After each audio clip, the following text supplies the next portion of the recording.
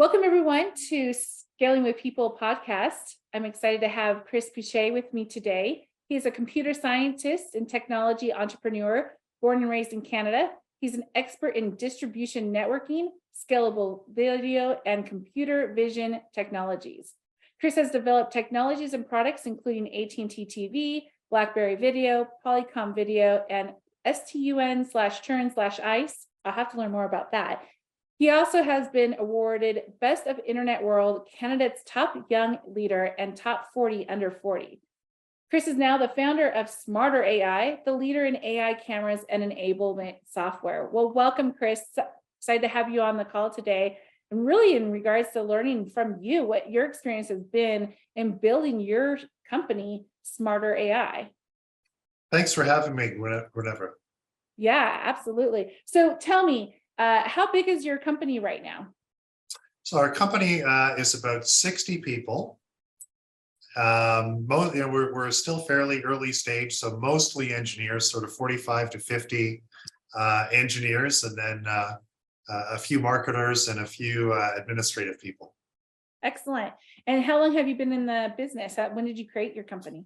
It started about 4 years ago, and we started with with a very simple idea. And the idea was that thanks to certain enabling technologies, we would see a transformation in cameras and a disruption of the camera market. And so the basic idea is there are millions and millions of cameras, security cameras, all kinds of cameras all over the world. And these cameras are just doing two things. They're either displaying the video on a screen for people to watch or not watch, or they're recording the video on a disk until eventually it gets deleted. And, in either case, there's a lot of useful information in the video, but it's not getting analyzed. And so it's not being used. And so the idea that we started with was that thanks to a couple of enabling technologies, namely AI models and AI accelerators, it would be possible or feasible to make AI cameras. So in other words, instead of just recording the video on a disk or displaying it on a screen, with AI cameras, the cameras themselves can understand what's happening around them. And they can tell us when there's something important or something interesting that we might want to take a look at or might want to initiate an action. So we started Smarter AI to build a software platform to enable all of these AI cameras. That's great. And so while building your business, obviously you have to bring on people. You said you have 50, 60 people, mostly engineers, the toughest roles to fill right now in the economy. You have no idea. Oh, I do. I help my clients find them all the time. It's been a challenge for sure. And so when you're going out and looking and building and growing your company through people, what do you find is the most important thing to focus on in regards to getting started? Well, for me, it's all, it always starts with the mission. So when building a high performance, high technology team, we're looking for people with two characteristics. We're looking for people with the aptitude, so the right knowledge and the right skills, but we're also looking for people with the right attitude, people that want to make things happen. And what I've found over the years is these kinds of people are invariably attracted to the mission. So if you can identify sort of that North Star for your company, that's going to help you to attract the kind of people that can help you to actually get there. I so agree. I was just talking to another individual about this in regards to how it's human nature to want to connect. And it could be connecting on so many different levels, but from a business perspective, it's connecting on the mission, the purpose of this business, and what are we doing together to make that actually happen. Yeah, exactly. So how has that been in regards to, we talk about it's really tough, especially on the engineering front. When you have conversations with people, is that something where you feel that is your winning argument and why someone decides to join your company? I don't think that's the winning argument. I think that's the opening statement. I think Okay. that's the initial attractor. I think the winning argument is probably in hip hop. You've got the expression "real knows real."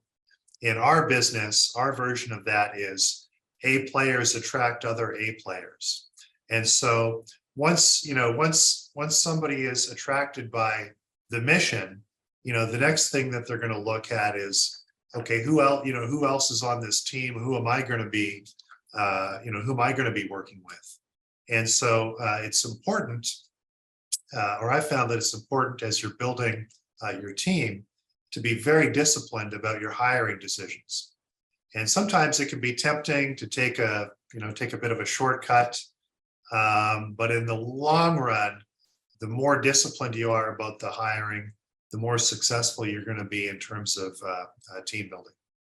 I so appreciate you saying that, because there's so many times where I get the like, we just need butts and seats. And it's like, no, that's not what you need, because in the long run, you're going to have challenges, you're going to have performance issues, you're going to have people who are not aligned with who you are as a company, and not only your mission, but your vision and values. And so I think that is such a wise statement. I hope everyone on this call is listening to and hearing that. Take that time to find the right person. It's not just about the skill set, it's the right person for your organization. And a lot of people say culture fit. I think it's culture enhancement. I love thinking about it more of like, how can this person improve our culture, not just be another stereotypical person that fits the culture. Yeah, I agree. One of the last questions that I always ask myself before I make the decision about whether to extend a job offer or not, is I ask myself, if I hire this person, then the next person that I want to hire, is this first person going to sort of increase the likelihood that the next person is going to want to join? And if the answer is yes, then I go ahead and make the offer. And if the answer is not yes, then I take a pass. Wow, that is a good question. Very thought-provoking too. So you're at the point now where you kind of like, you're feeding off of that, but let's step back a couple years, or maybe one, in regards to when you started building out your company, when you hired that first employee, your number one, your number two. What was that like for you? How was that in that regards to your experience? Well, for me, I think, like all founders, like all people, we have strengths and weaknesses.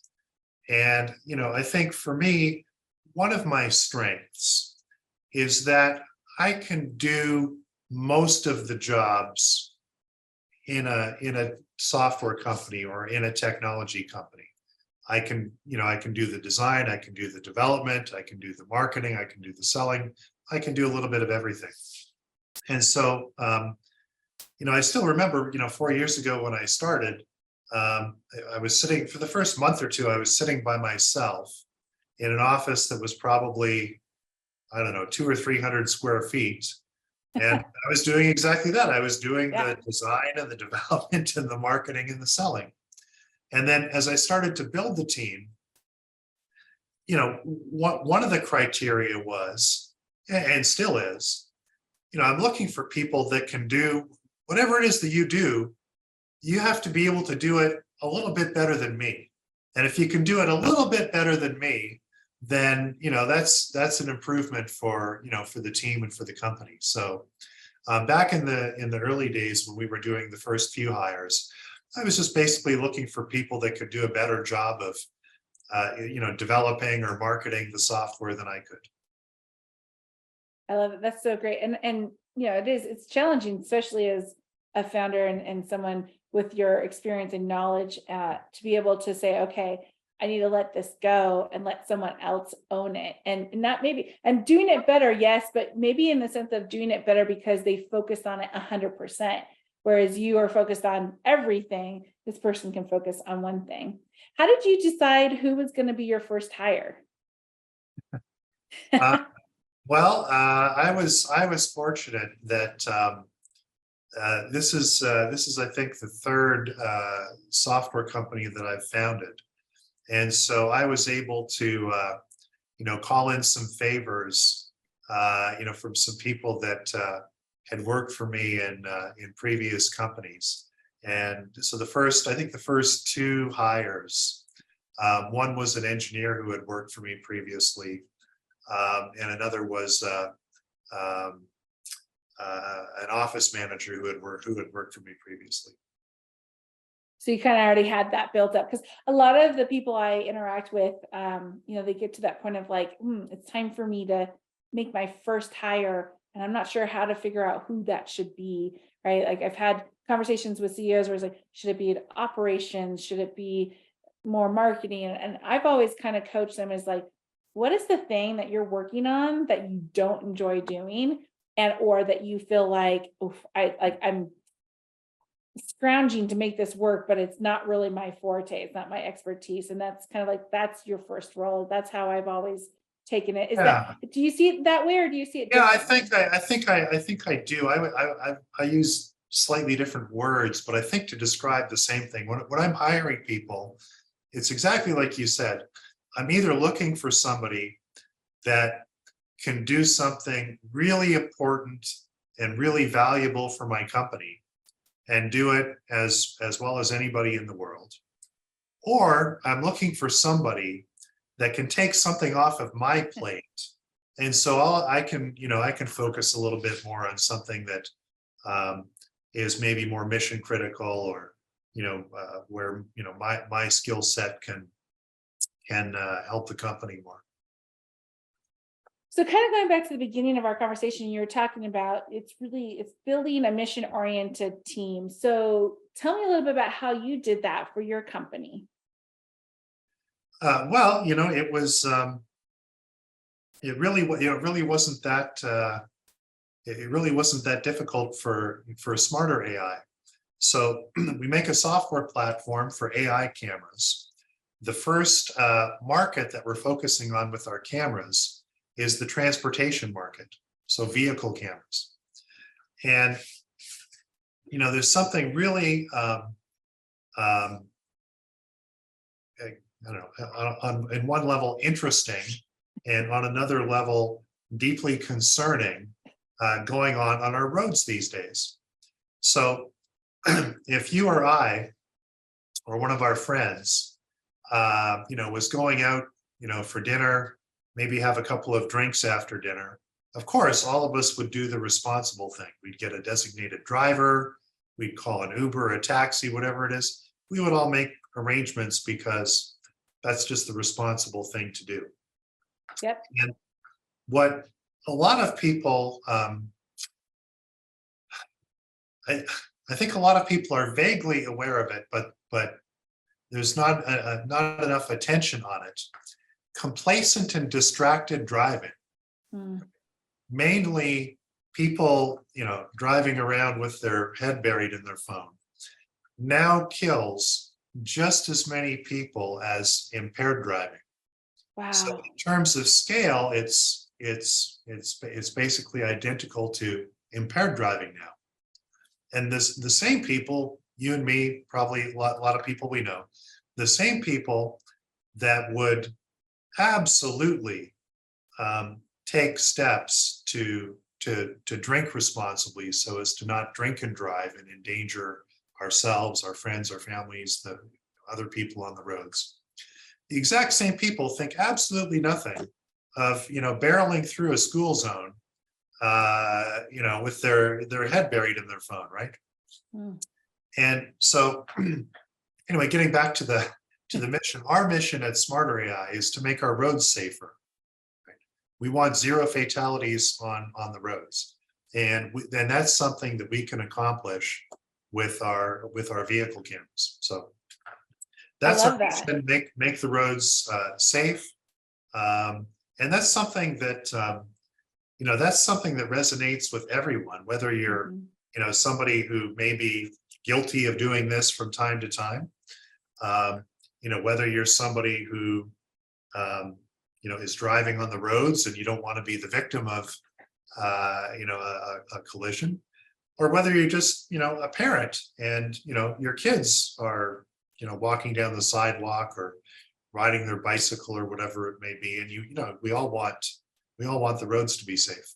Yeah, 100%. I mean, for me, like, I totally appreciate that point of view, and I connect to that vision too. Like, who doesn't want to connect to the vision of making things safer for people and keeping people, alive and healthy and thriving, and Absolutely. I'll call out one of the things I definitely appreciate, and Apple and probably other phones do this too, is the do not disturb. It connects to the Bluetooth. It knows when I'm in the car, and I don't even hear the phone at all. It doesn't even come out anymore. But for those that don't use that or still get distracted by that, what great technology to be able to make the road safer. So in regards to designing that, and then really creating a team around that, how do you, once the person's hired, right, and you bring them on board, and now they're working in the day-to-day things, and maybe it's 6 months down the road, how do you continue to incorporate that same mentality of mission-oriented team with your current employee population? So one thing that that I've found goes a long way, little goes a long way, is just acknowledgement and appreciation. So when somebody goes above and beyond, when maybe we as a team reach a milestone, just acknowledging and appreciating the people that made that happen is something that in my experience helps keep the team energized and keep things moving along. And I got one last question for you. So sometimes I do encounter opposite CEOs from your point of view here in regards, this is all HR hoiky doiky, why do I need a mission? Why do I need vision and values? What would you say to someone that is in that mindset today? I would say that people are capable of great things, great accomplishments. And I would say that if somebody doesn't realize that, and if somebody doesn't take steps to unlock and enable or empower or encourage people to do that, then they probably shouldn't be leading a team. And if they are leading a team, they're leaving a lot on the table, and they should really think about how to create the right environment for their people. Well, thanks, Chris. I appreciate that answer. Anything else you want to share on the topic, or just in general, your experience for those that are going through similar growth and building their company up? Again, just for me, the three things that have worked for me as Smarter AI, and that I've learned over the years, and if I can pass this on to somebody who might be watching or listening, the three things. Number one, it starts with the mission. Number two, A players attract other A players. And number three, a little bit of appreciation goes a long way. Those are such great points. I hope everyone takes note of them all and implements them right away if they're not already doing that. Thank you so much, Chris, for your time. I appreciate it. And thanks everyone for joining us today. I hope you have a wonderful rest of your day. Thanks for having me.